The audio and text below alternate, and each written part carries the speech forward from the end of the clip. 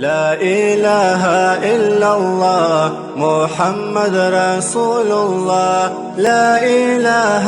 إلا الله محمد حبيب الله نحمده ونصلي على رسوله الكريم اما بعد فاعوذ باللہ من الشیطان الرجیم بسم اللہ الرحمن الرحیم۔ ہمارے پیارے ناظرین و سامعین، میں ہوں آپ کا میزبان ماجد جمیل ستی اور آپ دیکھ رہے ہیں حق نیوز پر رمضان کی خصوصی نشریات جمال رمضان سے آپ کو سنت و برا سلام، السلام علیکم ورحمۃ اللہ وبرکاتہ۔ جب ایک شخص اپنی ازواجی زندگی میں مشکلات کا سامنا کرتا ہے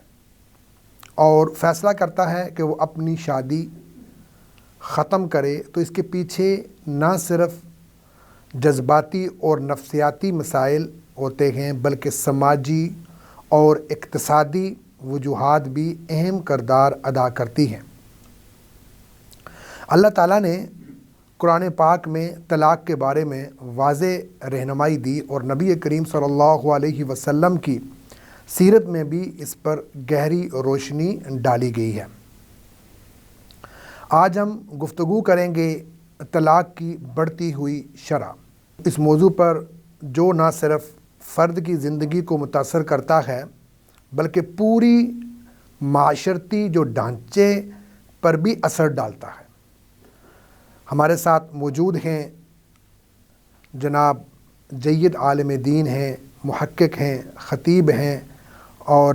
درس و تدریس سے آپ کا تعلق ہے۔ میری مراد علامہ عطاء الرحمن ستی صاحب، آپ کا بہت شکریہ کہ آپ ہمارے پروگرام میں تشریف لائے اور اپنے قیمتی اوقات میں سے ہمارے لیے وقت نکالا۔ جیسا کہ آپ کو معلوم ہے کہ جمال رمضان جو پروگرام ہے، اس کی ایک خصوصیت ہے کہ جو ایک موضوع کے اوپر گفتگو کی جاتی ہے تو اس کے ساتھ ساتھ دوسرے مہمان بھی تشریف لاتے ہیں جو نعتیہ کلام پیش کرتے ہیں۔ تو آج ہمارے درمیان جو نعت خواں ہیں، بڑی اچھی نعت پڑھتے ہیں، بڑی چھوٹی عمر کے اندر بہت ہی پیارا کلام پڑھتے ہیں، اور میری مراد جناب حافظ محمد افضال قادری صاحب، آپ کا بھی بہت شکریہ کہ آپ بھی ہمارے اسٹوڈیو میں تشریف لائے اور ہمارے ناظرین و سامعین کو آپ اپنے نعتیہ کلام پیش کریں گے۔ گفتگو کا آغاز کرتے ہیں۔ میں جناب علامہ عطاء الرحمن ستی صاحب سے میں گزارش کروں گا کہ ہمارے ناظرین اور سامعین کو بتائیں کہ جو آج کا موضوع طلاق کی بڑھتی ہوئی شرح ہے، اس حوالے سے کہ قرآن و حدیث کی روشنی میں طلاق کا کیا مقام ہے اور اسلام میں طلاق کو آخر کب جائز قرار دیا گیا ہے۔ بسم اللہ الرحمن الرحیم۔ احمد اللہ حمدا کثیرا طیبا مبارکا۔ حق نیوز کا خصوصی جو پروگرام جمال رمضان کی جو نشریات ہیں، اس میں جتنے بھی لوگ اس وقت دیکھ رہے ہیں اور سب کو میری طرف سے السلام علیکم ورحمۃ اللہ وبرکاتہ۔ اس کے ساتھ جناب محترم اینکر پرسن ماجد جمیل ستی صاحب اور حق نیوز کے جتنی بھی ٹیم ہے اور خصوصاً تنویر کھوکر صاحب اور محترم ڈائریکٹر اعجاز صاحب، سبھی کا میں بہت زیادہ شکریہ ادا کرتا ہوں کہ آپ نے اس وقت بہت اہم موضوع پر مجھے یہاں مدعو کیا ہے، اور کوشش کی جائے گی کہ انشاءاللہ جو آپ کے سوالات ہوں ان کا تشفی برا جواب بھی دیا جائے۔ جیسا کہ آپ نے سوال کیا، اس سوال کا جو جواب ہے،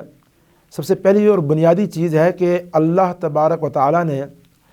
اپنے بندوں کے لیے جو بھی احکامات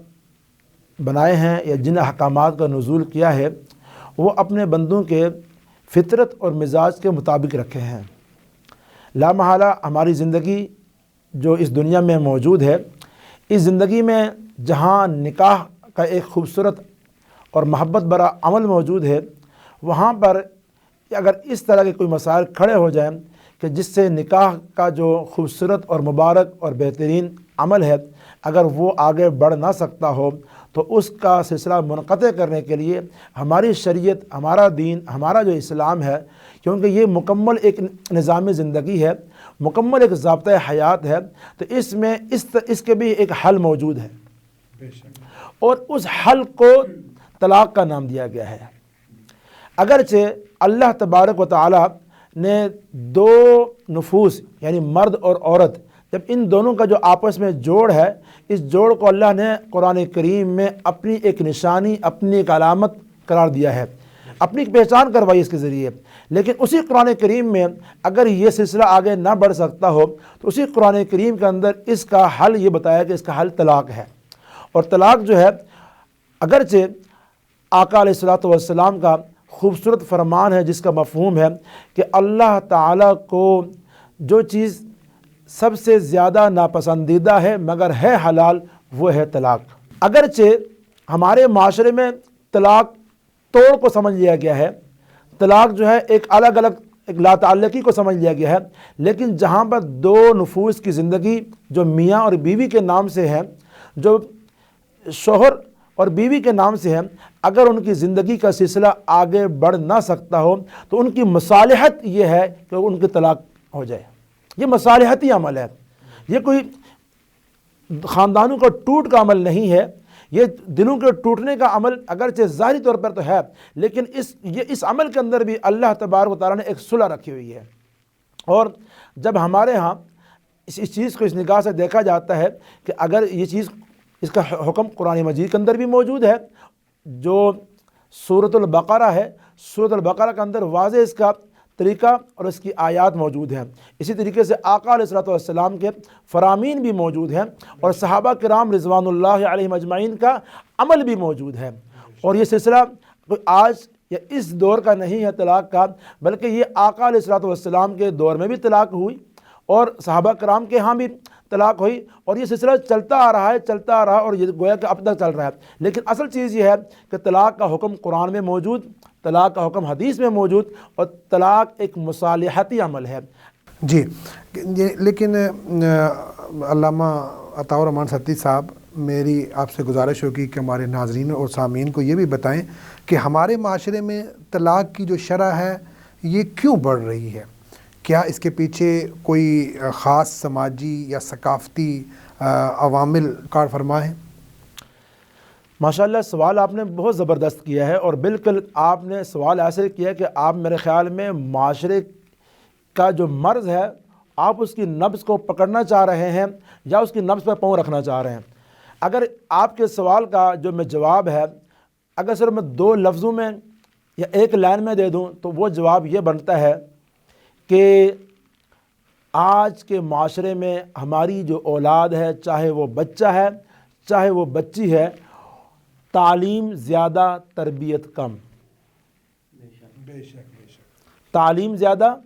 تربیت کم، ٹھیک ہے، یہ ایک بنیادی نقطہ ہے۔ اور پھر جیسے آپ نے سوال مختلف زاویوں سے پوچھا ہے کہ اس کے کیا کیا عوامل ہیں، تو اس میں ایک بنیادی جو عوامل ہیں، ایک چیز تو یہ ہے کہ واقعی آج ہمارے معاشرے میں جہاں ایک نوجوان ہے، اس کی تعلیم کے لیے اس کے لیے بہت سارے راستے موجود ہیں اور بہت ساری اس کے لیے ادارے موجود ہیں، لیکن وہاں تربیت کا اس قدر فقدان ہے کہ جناب ایک بچے کو یہ معلوم ہی نہیں ہے کہ جو میری زندگی ہے، جو میری لائف ہے، اس کے جو سب سے بڑا باب ہے، جو سب سے بڑا اہم حصہ ہے، وہ میری ایک ازدواجی زندگی ہے۔ جہاں ہماری تعلیم کے یا جہاں ہمارا سلیبس ہے، جہاں ہمارا یہ نظام تعلیم ہے، اس میں ایک بہت اہم جو موضوعات بتائے گئے ہیں، چاہے آپ اسلامیات کی بکس لے لیں، آپ اردو کی بکس لے لیں، آپ جنرل نالج کی بکس لے لیں، آپ کوئی بھی بکس لے لیں، آپ ذرا غور کیجئے گا کہ اس میں ہماری زندگی سے متعلق بہت ساری باتیں موجود ہیں، بہت ساری اچھی اچھی چیزیں موجود ہیں، لیکن ایک مسلمان کی جو ازدواجی زندگی ہے، اس ازدواجی زندگی کے اس میں سے باب غائب ہیں۔ ازدواجی زندگی گزارنے کے جو بہت سارے سلیقے ہیں، بہت سارے طریقے ہیں جو اسلام کی چھتری کے نیچے گزارنے کے جو طریقے ہیں، وہ آج ہمارے دیے ہوئے سلیبس سے غائب ہیں۔ دوسری چیز، آج کی عورت کو، آج کی بچی کو جہاں تربیت کی سب سے زیادہ ضرورت ہے، وہاں تربیت پہ فوکس کم کر دیا گیا ہے اور اس کے تعلیم کو بہت زیادہ اس کے لیے مواقع فراہم کر دیے گئے ہیں۔ اور جہاں ایک مرد پر بہت بڑی ذمہ داریاں تھیں کہ اس نے اپنی خاتون کو، اپنی عورت کو، اپنی بیوی کو، جہاں اس نے بہت سارے جو اس پر حقوق غالب تھے اسلام کے، انہوں نے وہ حقوق دینے تھے، وہاں وہ بھی اپنے حقوق سے جو ہے کنارہ کشی کر رہا ہے۔ اور عورت کو معیشت کے میدان میں لا کر تجارت کے میدان میں لا کر، کاروبار کے میدان میں لا کر دراصل اس کو معاشی خود مختاری دے دی گئی ہے۔ جب اس کو معاشی خود مختاری دے دی گئی ہے تو وہاں اس خاتون کی جب تربیت کے اندر کمی ہوئی ہے تو معاشی خود مختاری کے بعد وہ اپنی کیفیت میں اس حد تک آگے بڑھتی جا رہی ہے کہ جہاں پر وہ دونوں جو میاں بیوی کی جو زندگی ہے، اس زندگی میں جو خوبصورتی قائم ہونی چاہیے، اس زندگی میں جو توازن قائم ہونا چاہیے، وہاں پر سلسلہ ان بیلنس ہو رہا ہے۔ اور اس کے ساتھ آج جیسے کہ ہمارا سابقہ ماضی کا ایک معاشرتی سلسلہ تھا، اس معاشرتی سلسلے میں بھی ذہنی دباؤ، حالات کا اتار چڑھاؤ، مختلف زندگی کے نشیب و فراز یہ ہوتے رہتے تھے، لیکن آج کا جو معاشرتی ماحول ہے، اس معاشرتی ماحول میں اگرچہ جو بھی اس طرح کے سلسلے آتے ہیں وہاں پر پہلے پھر بھی ازدواجی زندگی کے ساتھ اگرچہ حالات خراب ہونے کے باوجود بھی تعلقات بحال رکھتے ہوئے کسی نہ کسی طریقے سے گاڑی چلتی رہتی تھی، لیکن آج سلسلہ یہ ہو چکا ہے ہر بچے کو اور ہر بچی کو اس قدر خود مختار بنا دیا گیا ہے کہ وہ تھوڑا سا بھی اگر کوئی ان کے گھروں میں پرابلم آ جائے، تھوڑا سا بھی کوئی پریشانی آ جائے تو مسائل کو حل کی طرف لے کے جانے کے بجائے، صبر کرنے کے بجائے یا اس معاملے میں تھوڑا سا کچھ آپس میں سپیس دینے کے بجائے فوراً ان کی زبانوں پہ سب سے پہلے جو خطرناک ترین لفظ ہوتا ہے وہ طلاق کا ہوتا ہے۔ اور جہاں ہم جس معاشرے میں ہم رہ رہے ہیں اسی معاشرے کے اندر آج کی ہماری بچی جہاں بہت ساری چیزوں کی ڈیمانڈ کرتی ہے، جذبات میں آ کر سب سے پہلے وہ طلاق کی بھی ڈیمانڈ کرنا شروع ہو جاتی ہے، جبکہ آقا علیہ الصلوۃ والسلام کا یہ فرمان میری اس بچی تک شاید نہیں پہنچایا گیا کہ جو خاتون جو بچی جو ہے جو طلاق کا ڈیمانڈ کرے گی، طلاق کی ڈیمانڈ کرے گی، اللہ کی اس پر لعنت ہے۔ تعلیم ملی، تربیت نہ ملی یا تھیوری دی اور اس کو پریکٹیکل جو لائف جیسے گزارنی تھی وہ اس کا عمل اس کو سامنے نہیں لایا گیا، جس کی وجہ سے آج یہ طلاق کا ریشو، طلاق کی جو شرح ہے اس میں بہت زیادہ اضافہ ہو رہا ہے۔ بے شک ماشاءاللہ جی، آپ نے بہت پیاری گفتگو کی اور گفتگو کا سلسلہ انشاءاللہ ابھی جاری رہے گا۔ ہم اپنے دوسرے مہمان جناب حافظ محمد افضال قادری صاحب کی طرف چلتے ہیں کہ وہ اپنا نعتیہ کلام پیش کریں۔ اللہم صلی علی محمد وعلی آل محمد مبارک وسلم۔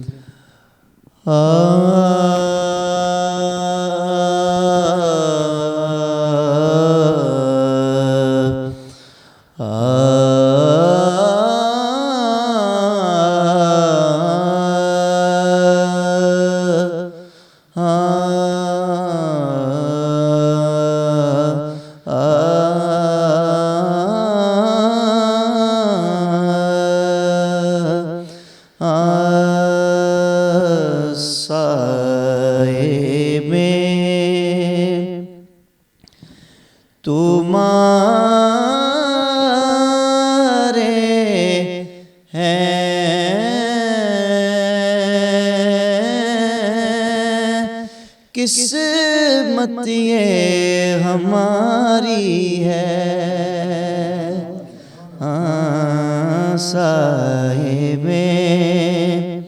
سائے میں تمہاری ہے آقا، قسمت یہ ہماری ہے، قربان دل و جانم کیا شان تمہاری ہے قربان۔ اور شعر ہے بہت خوبصورت، نقشہ تیرا دل کش ہے، صورت تیری پیاری ہے، نقشہ تیرا دل کش ہے، صورت تیری پیاری ہے، جس نے تمہیں دیکھا ہے سو جان سے واری ہے، جس نے تمہیں اور کیا پیش کروں تم کو، کیا چیز ہماری ہے، کیا پیش کروں تم کو، کیا چیز ہماری ہے، یہ دل بھی تمہارا ہے، یہ جاں بھی تمہاری ہے، یہ دل بھی تمہارا ہے، یہ جاں بھی تمہاری ہے، صاحب جی بہت پیارا کلام آپ نے پیش کیا، اللہ تعالیٰ آپ کو مزید ترقیاں نصیب فرمائے۔ اب ہم گفتگو کا سلسلہ جاری رکھتے ہوئے میں جناب علامہ عطاء الرحمن سرتی صاحب سے گزارش کروں گا کہ ہمارے ناظرین اور سامعین کو آپ یہ بتائیں کہ طلاق کے فیصلے جو کے بعد ایک فرد ہے اس کی زندگی پر کیا اثرات ہوتے ہیں، اور اس کے جو خاندان ہے، اس کے بچے ہیں، ان کے اوپر کیا منفی اثرات جو ہے مرتب ہوتے ہیں۔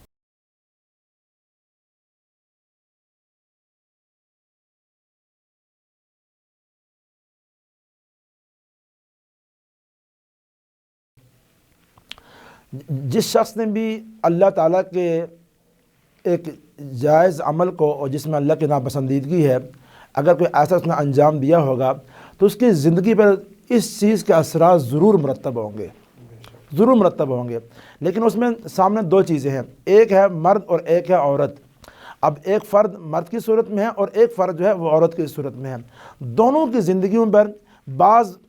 چیزیں یکساں مرتب ہوں گی اور بعض چیزیں جو ہے وہ الگ الگ علیحدہ علیحدہ جو ہے وہ مرتب ہوں گی۔ پہلی چیز، ایک مرد ہے، جب مرد جس عورت کے ساتھ اس کا تھوڑا وقت گزرا ہو یا زیادہ وقت گزرا ہو، اگر ان کا آپس میں طلاق کا معاملہ ہو جائے تو طلاق کے معاملے کے بعد اگر ان کے بچے نہیں ہیں تو پھر تو صرف اور صرف جو ہے وہ اس کے کچھ چند محدود چیزیں ہیں جس پر اس کے اثرات مرتب ہوں گے۔ لیکن اگر اس میں اولاد بھی موجود ہے تو اولاد کی وجہ سے وہ شخص جو ہے ممکن ہے جب یکدم وہ خاتون ان بچوں کی ماں، اس شخص کی سابقہ بیوی جب اسے دور ہو چکی ہے تو اب اس کے بعد اس کو اپنی جو لائف ہے، اپنی جو زندگی ہے، اس کو تھوڑا سا مینج کرنے میں لا محالہ بہت ساری مشکلات کا سامنا کرنا پڑے گا، اور اس مشکلات کی وجہ سے اس پر مختلف نفسیاتی اثرات بھی مرتب ہوں گے۔ ممکن ہے کہ وہ ایسی کسی کیفیت میں چلے جائے جو اس کے لیے بہتر نہ ہو، یعنی کہیں مینٹل ٹراما کا شکار ہو جائے، ایسے ممکن ہے اس میں اداسی کی کیفیت چھائی رہے، ایسی کیفیت بھی کہ وہ ٹینشن اور ذہنی دباؤ کا اس قدر شکار ہو جائے کہ جناب اس کے لیے کوئی مسائل کھڑے ہو جائیں۔ پھر اس کے ساتھ وہ بچے کہ جو روزانہ صبح اور شام اپنی ماں کا چہرہ اس گھر میں دیکھا کرتے تھے، یکدم ماں کا وہاں سے ہٹ جانا، غائب ہو جانا، اس سے بچوں کی ذہنی، جسمانی، طبیعتی اور عملی زندگی پر بہت خطرناک اثرات مرتب ہوتے ہیں، بڑے منفی اثرات مرتب ہوتے ہیں۔ اگرچہ وقت کے ساتھ دوبارہ وہ چیزیں وقت کے ساتھ اگرچہ ڈیلیور ہو رہی ہوتی ہیں، لیکن پھر بھی فوری طور پر بڑے سخت اثرات مرتب ہوتے ہیں۔ ایسے وہ خاتون جس کا اس شخص کے ساتھ تعلق ٹوٹ چکا ہے، جب وہ اپنے گھر چلی جائے یا کسی بھی جگہ پہنچ جائے تو اگر اس خاتون کی اولاد نہیں ہے تو کیونکہ مرد کو تو یہ ہے کہ اس کو دوبارہ عورت مل جاتی ہے، اس کے لیے شادی کا معاملہ پھر ہو جاتا ہے، اور لیکن جس خاتون کے ہاں طلاق ہو جائے، جس خاتون کو طلاق ہو جائے، اس پہ ایک دبا ضرور لگ جاتا ہے، اس پر متعلقہ کا ایک دبا لگتا ہے۔ اب وہ دبا لے کر معاشرے میں جب جاتی ہے تو اس کے ذہنوں پر، دماغوں پر اس چیز کے بھی بڑے گہرے اثرات ہوتے ہیں کہ میں ایک طلاق یافتہ عورت ہوں، اور اس پر ایک نفسیاتی اس پر بھی دباؤ ہوتا ہے، اس کے اندر خود اعتمادی، کانفیڈنس کی جو ہے وہ بعض اوقات بہت کمی ہوتی ہے، اور کسی نہ کسی وقت ایسے ایسے واقعات اور حالات بھی سامنے آتے ہیں کہ بعض خواتین نے کچھ ایسے اعمال کر بیٹھتی ہیں کہ جس سے جان کو بھی وہ ضائع کر بیٹھتی ہیں۔ یہ صرف اور صرف اس وجہ سے ہے کہ بر وقت جب ان کی طلاق ہوئی اور کسی نے ان کو سنبھالا نہیں ہے۔ تو ہمارے معاشرے میں جب طلاق کا معاملہ ہوتا ہے تو اس کے زیادہ تر گہری منفی اثرات مرتب ہوتے ہیں۔ مثبت اثرات اگرچہ یہ ہیں کہ ممکن ہے کہ واقعی ان دو شخصوں کی طلاق ہونا ممکن تھا اور ضروری تھا، تو پھر بھی یہ ہے کہ چلیں جہاں اس گھر کے اندر بہت سارے ان کے لیے پرابلم تھی، بہت ساری مشکلات تھیں، اور یہ جو طلاق کا عمل ہے یہ بھی اللہ کا ہی حکم ہے، اللہ ہی کا طریقہ ہے، تو اس میں کے اندر بھی رحمت ہوتی ہے۔ اب یہ رحمت جو ہے اس کو بھی وہ خاتون جو ہے سمجھ جائے کہ یہ اس گھر سے میں اب نکل آئی ہوں تو اس میں میرے لیے خیر ہے اور اللہ کی رحمت ہے، اپنی اس اللہ کی رحمت کو ہی اپنے اوپر طاری رکھے، انشاءاللہ اللہ تعالیٰ اس کے لیے کوئی بہترین فیصلہ فرما دیں گے۔ اور مرد کو بھی یہ سوچنا چاہیے کہ ٹھیک ہے جو عمل تھا وہ ہم سب دور ہو چکے ہیں، ہم بہت سارے فتنہ اور فساد سے بچ گئے ہیں، اللہ تعالیٰ ہمارے لیے کوئی بہتری کا راستہ نکالے گا۔ بہتر، آپ نے بہت اچھی گفتگو کی۔ ہمارے ناظرین اور سامعین کو یہ بھی بتائیں کہ اسلام میں طلاق دینے سے پہلے میاں بیوی کو کیا اقدامات کرنے چاہیے تاکہ اس ناخوشگوار میں کہہ رہا ہوں ناخوشگوار جو صورتحال سے بچا جا سکے؟ یہ جو بات ہے، طلاق کا جب ماحول بن رہا ہو، گھر کے اندر مختلف مسائل کھڑے ہو رہے ہوں، مختلف کیفیات جنم لے رہی ہوں، تو سب سے پہلے بنیادی طور پر اس مرد اور اس عورت کو سمجھ جانا چاہیے کہ اصل مسائل کہاں سے کھڑے ہو رہے ہیں۔ مرض کی تشخیص ضرور کرنی چاہیے کہ ہمارا جو اندر جو مرض پیدا ہو رہا ہے یہ مرض کہاں سے ہو رہا ہے، اور اس سلسلے میں اگر اس گھر کے اندر اس خاتون کی ساس صاحبہ ہیں ان کی وجہ سے کوئی مسائل کھڑے ہو رہے ہیں، سسر صاحب ہیں ان کی وجہ سے مسائل کھڑے ہو رہے ہیں، اس گھر میں کوئی نند صاحبہ ہیں ان کی وجہ سے مسائل کھڑے ہو رہے ہیں، ان کی کوئی جو کوئی گھر میں خاتون ہیں ان کی وجہ سے مسائل کھڑے ہو رہے ہیں، تو مرد کو اس معاملے میں بہت سنجیدگی سے اس پہ نظر رکھنی چاہیے۔ اور اسی طریقے سے اگر اس خاتون کا جو شوہر ہے اس شوہر کے ذاتی کسی عمل کی وجہ سے مسائل کھڑے ہو رہے ہیں تو وہ خاتون اپنے شوہر سے کھل کر بات کرے، اور شوہر کو بھی بہت سنجیدگی کے ساتھ سمجھنا چاہیے کہ کہیں ایسا نہ ہو کہ ہم نے جو شادی کی ہے اور شادی کرنے کے بعد ہمارا اتنا خوبصورت جو زندگی کا وقت گزر رہا ہے اس سے کہیں برے اثرات مرتب نہ ہوں۔ تو بنیادی طور پر اس مرد اور عورت کو جو ہے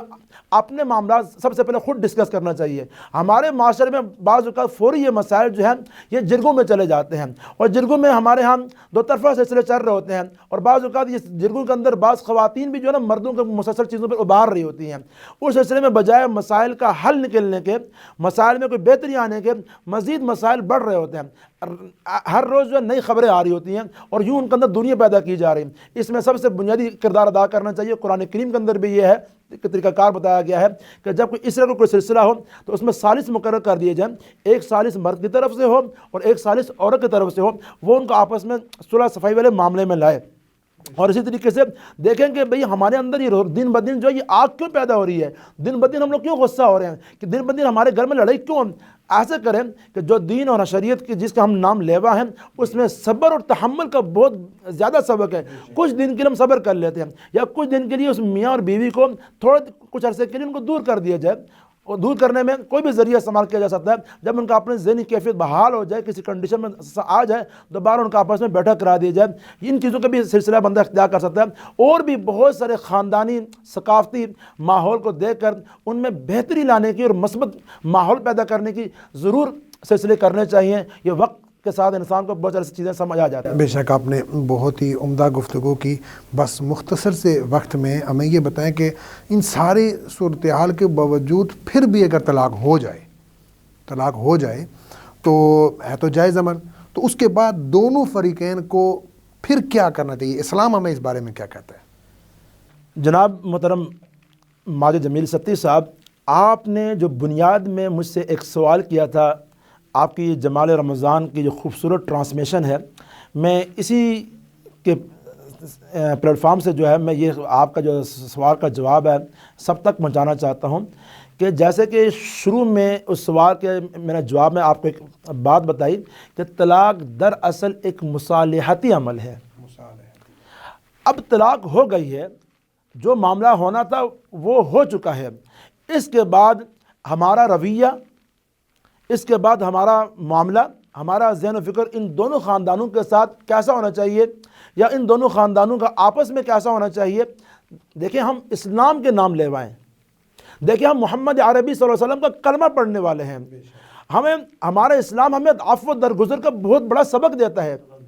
ہمارے ہاں تو قتل و غارت کے جو معاملات ہوتے ہیں ان کے اندر بھی معافی کے بہت سارے سلسلے موجود ہیں۔ ہمارے ہاں بہت سارے، اور نبی علیہ الصلوۃ والسلام کی بیٹیوں کو طلاقیں ہوئی ہیں، نبی علیہ الصلوۃ والسلام کی پھپھی کو پھپھی ذات بہن کو طلاق ہوئی ہے،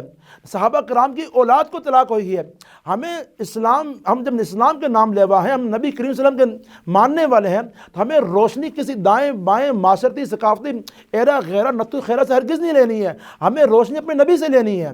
ہمیں روشنی اپنے پیارے صحابہ سے لینی ہے کہ ایسے وقت میں ان کے کیا عمل رہے ہیں۔ ان لوگوں کے دلوں میں آپس میں بغض نہیں بنے، ان کے آپس میں نفرتوں نے جنم نہیں لیا۔ ان کی تو قرآن نے تعریف اتنا خوبصورت انداز میں کی ہے، محمد الرسول اللہ والذین معہ اشداء والکفار رحماء بینہم۔ بیٹی طلاق دے دی تب بھی رحماء بینہم، گھروں میں کسی وجہ سے دوری پیدا ہو گئی تب بھی رحماء بینہم۔ مسلمان معاشرے کو آپس میں رحم کے ساتھ اور آپس میں خوبصورتی کا سلسلے کے ساتھ چلنا چاہیے۔ آہستہ آہستہ دونوں کا سلسلہ بہتر ہو جائے گا، دونوں خاندانوں کا مسائل حل ہو جاتے ہیں۔ وقتی جو جذباتی جو غصے ہوتے ہیں ان میں ٹھنڈک کا مظاہرہ کرنا چاہیے۔ اور کچھ لوگ ایسے موقع پر جلائی اور بجائی والا کام کر رہے ہوتے ہیں، یہ بڑے خطرناک لوگ ہوتے ہیں۔ ان کو اپنے گھروں میں، اپنے صفوں میں، چاہے وہ اپنے عزیز رشتہ دار کیوں نہ ہو، ان پر کڑی نگاہ ہونی چاہیے کہ جب معاملہ ختم ہو گیا صبر کر لینا چاہیے۔ اور سب سے خوبصورت جو صبر ہوتا ہے نا، وہ سکوت ہوتا ہے۔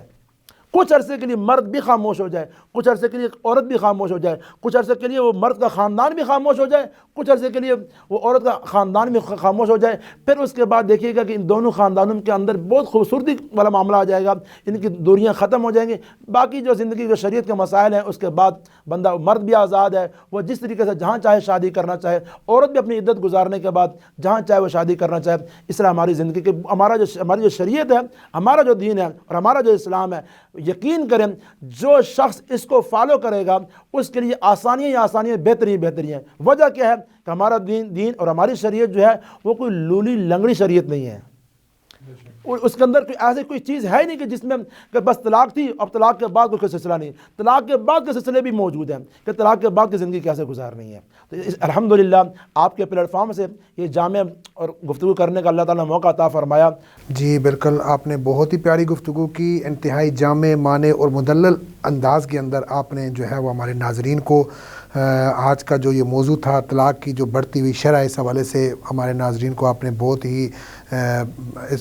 پیارے انداز کے اندر، اسلام کی روشنی کے اندر آپ نے جو ہے وہ لوگوں کی رہنمائی کی۔ آپ کا بہت شکریہ کہ آپ نے اپنا قیمتی وقت جو ہے وہ نکال کر ہمارے درمیان آپ تشریف لائے۔ اب میں اپنے دوسرے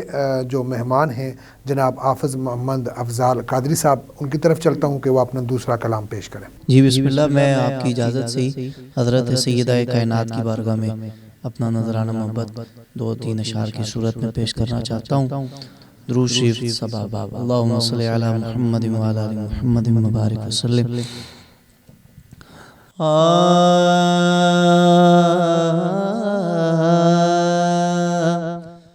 خدا بھی راضی ہو ایسی رضا کی بات کریں،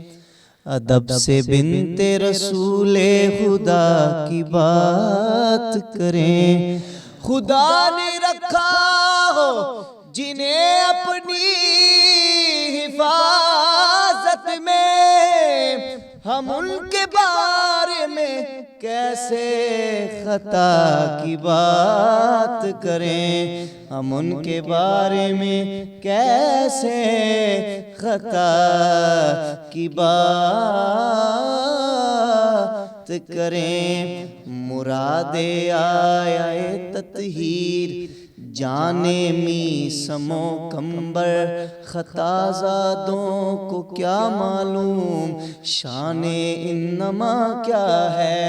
در زہرا ہی وہ در ہے جہاں جو بھی چلا جائے، خدا خود اس سے پوچھے گا بتا تیری رضا کیا ہے۔ خدا خود اس سے پوچھے گا بتا تیری رضا کیا ہے۔ تو ہے حسنین و زینب کی ماں فاطمہ، کوئی تجھ سا ہوا ہے کہاں فاطمہ، تو ہے حسنین و زینب کی ماں فاطمہ، کوئی تجھ سا ہوا ہے کہاں فاطمہ زہرا جدوں وی آئیاں کھڑے ہو گئے حضور انو تعظیم آکھاں کے یا پیارے فاطمہ تیری آمد پہ اٹھ کے کہے مرحبا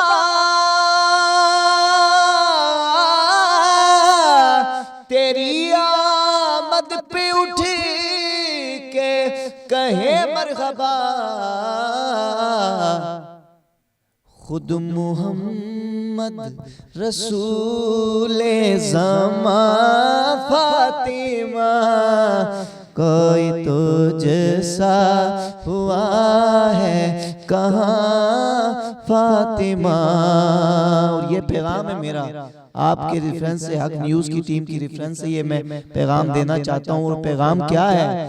جو رکھے تیرے بچوں سے بغض و عناد جو رکھے تیرے بچوں سے بغض و عناد جو رکھے تیرے بچوں سے بغض و عناد جو رکھے تیرے بچوں سے بغض و عناد پھر ملے گی اسے کب اماں فاطمہ کوئی تجھ سا ہوا ہے کہاں فاطمہ حضرت یہ خوبصورت منقبت میرے استاد جی شاعر اہل بیت علامہ پیر سید امتیاز حسین شاہ صاحب کاظمی آپ نے لکھی ہے آپ مقطع کہتے ہیں اور بڑی ایک خاص تمنا ہے عاجزی ہے مقطع میں کیا کہتے ہیں ہاں کاش ایسا ہو نظروں سے سید کبھی کاش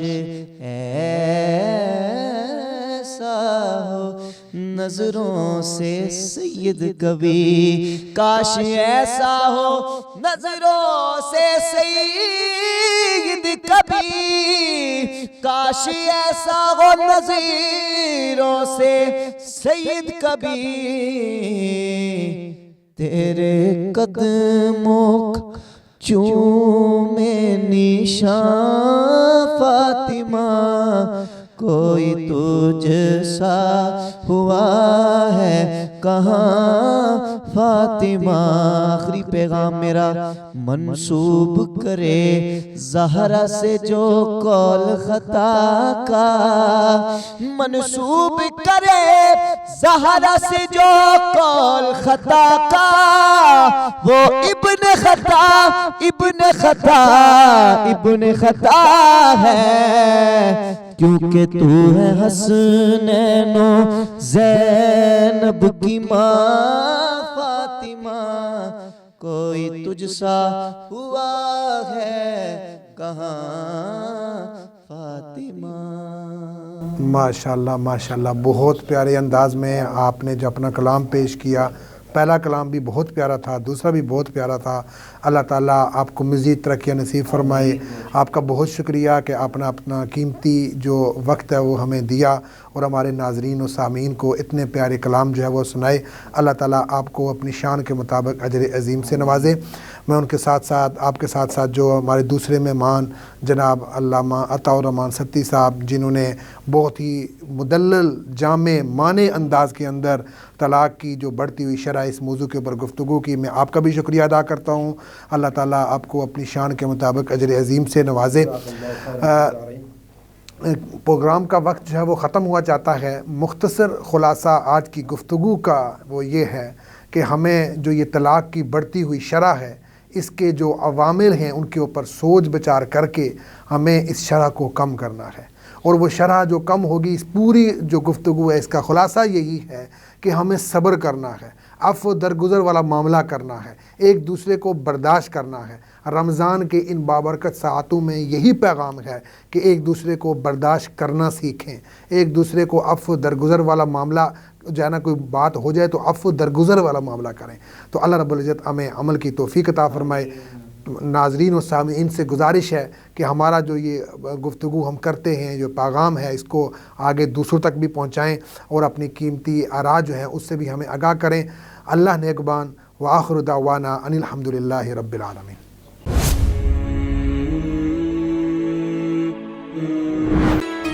لا إله إلا الله محمد رسول الله، لا إله إلا الله محمد حبيب الله۔